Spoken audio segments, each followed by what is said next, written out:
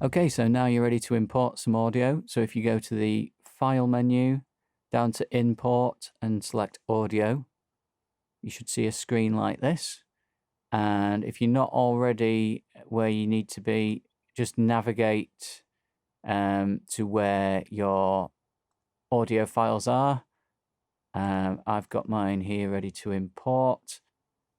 And once you select a audio file that Pro Tools recognizes, then it should give you the information about that file. So the file type, the bit depth, length, sample rate, size, number of channels, so whether it's mono or stereo. And then you can preview each sound as well. So if you just press the play button here, it auditions the sound. There you go. And then when you're ready to import that, you've got an option to either add or copy.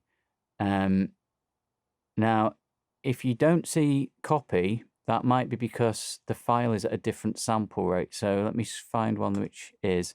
Right, so this one here is 96 kilohertz and our session is at 48 kilohertz. So it's going to need to convert that before it can import it. So it's asking me to convert it there.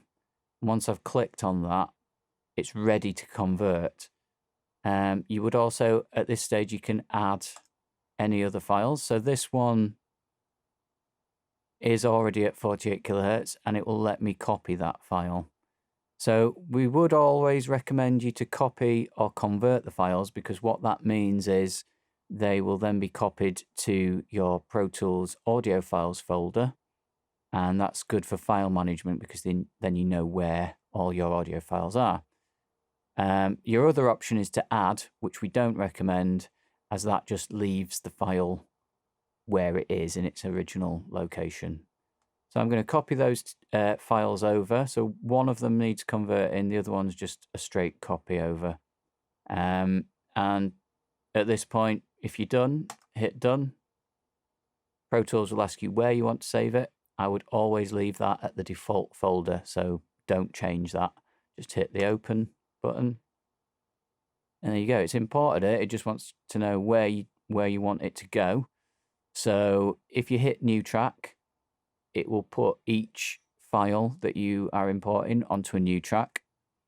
But if you hit clip list, it will put it in the clip list. So as we're not quite sure what we want to do with these yet, I'm just going to import it to the clip list, hit OK. And now when I look at my clip list by hitting this little arrow here, you can resize that as well. Here are the two files I've just imported, and then I can drag these in either onto a blank space, which creates a track, or if I create a track by going track new, this is a stereo file, then I can just simply drag it onto the new track. So there we go.